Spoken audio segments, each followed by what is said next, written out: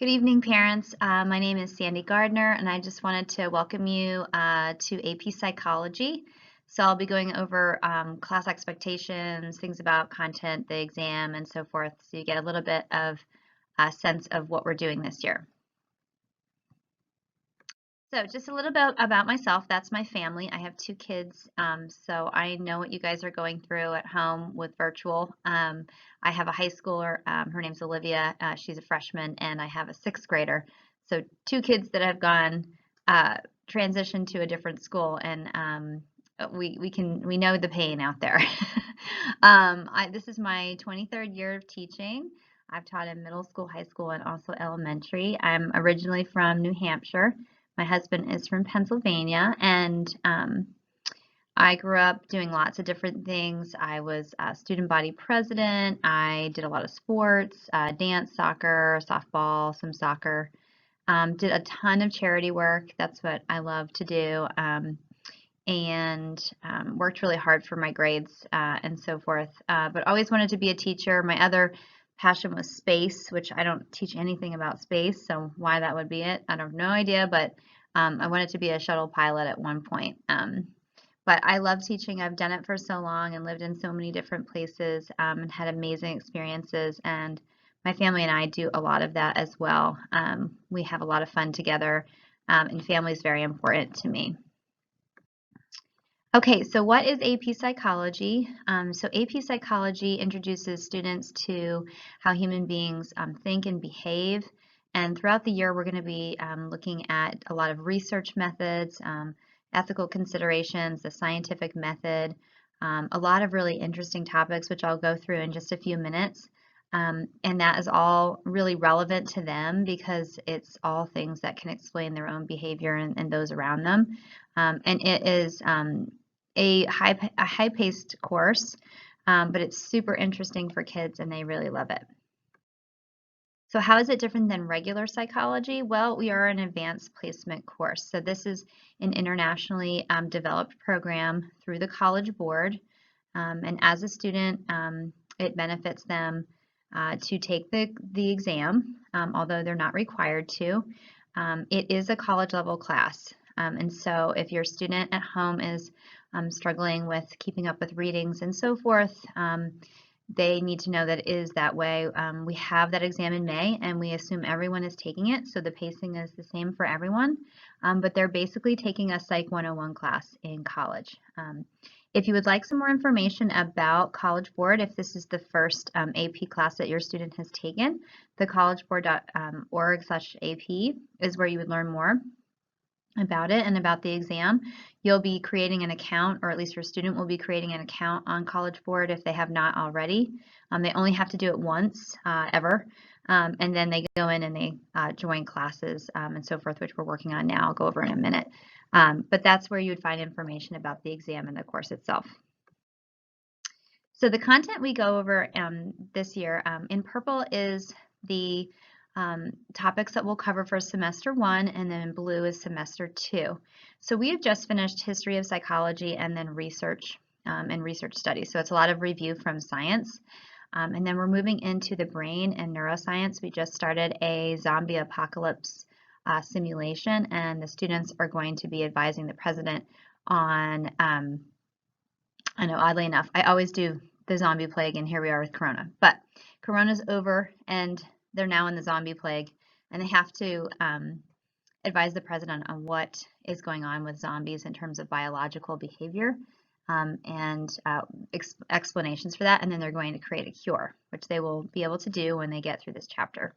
So it's all in neuroscience. That is one example of the biology that's part of AP Psych and psychology in general. And the students sometimes get stuck a little bit on the science part of it, but we muddle through because I'm not a biology teacher, but I know the science and psychology. And so I tell them that, like, anybody can do this biology.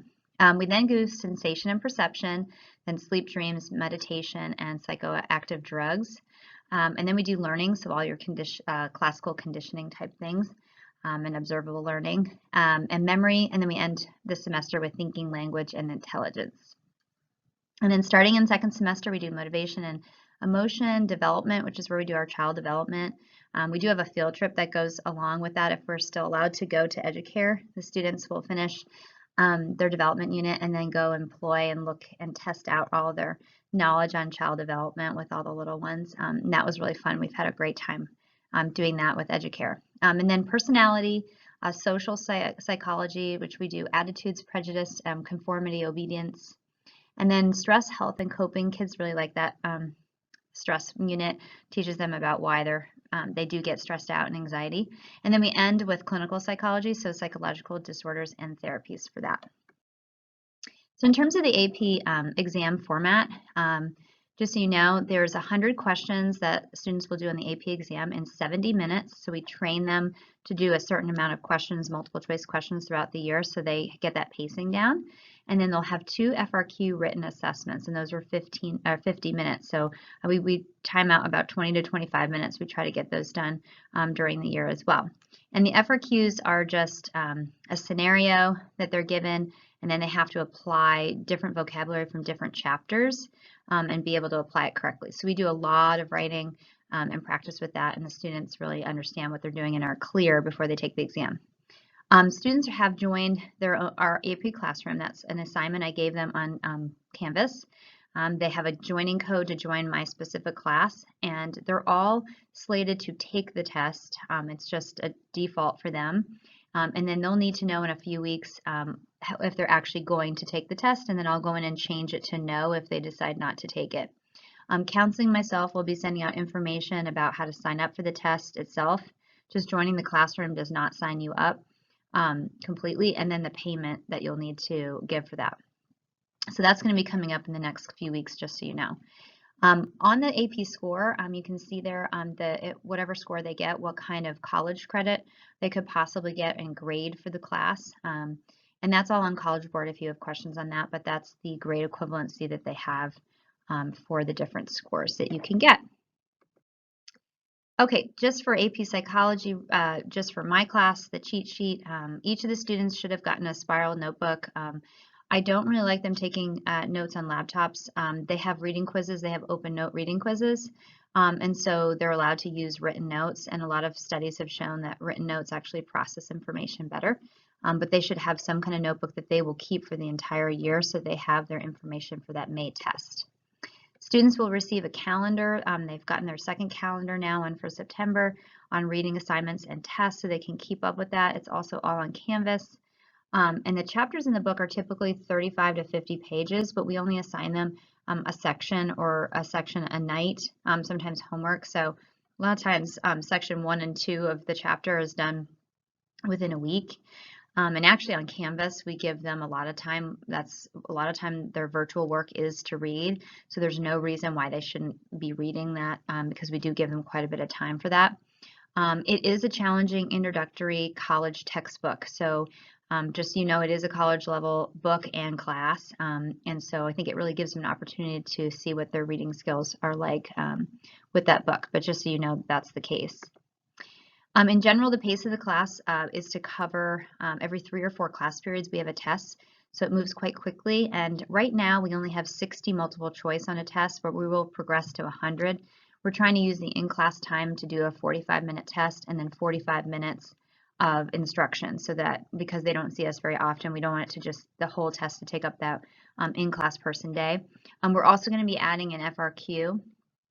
So they'll get some multiple choice and then also the written FRQ that we talked about with the exam, and that way they can get that practice in a testing setting. In terms of grading, 80% is summative, and that's tests and FRQs, so solely is just those tests and assessments.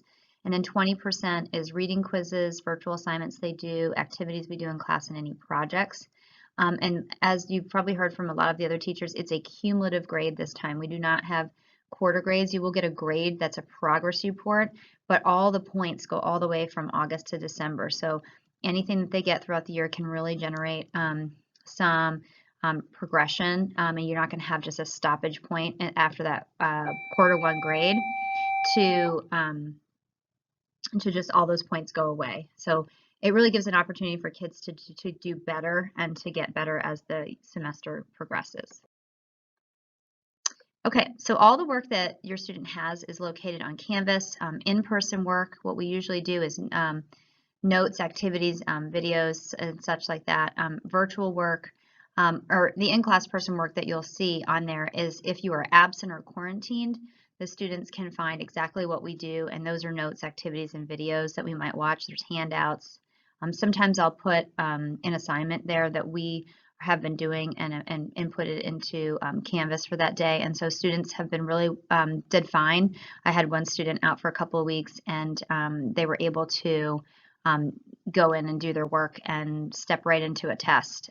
So that should be where you'd find all the work if they're absent just for a day or if they get into quarantine. Virtual work is all organized by module. As you can see, in-class work and then the virtual work is all module. And the virtual work will show an agenda. I usually have a video that explains what they're doing. And then they'll have whatever they're doing for that classwork.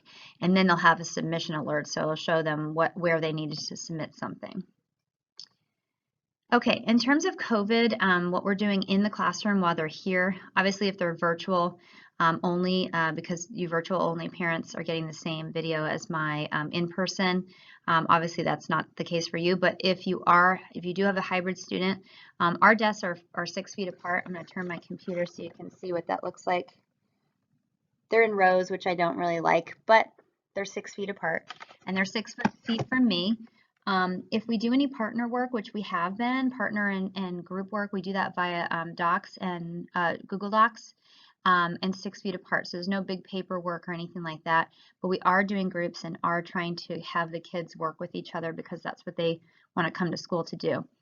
Seating charts have been made and for contact tracing, and the administration has my seating chart so they can see if there's anybody, but at this point we're 6 feet apart for 15 minutes and that shouldn't be an issue.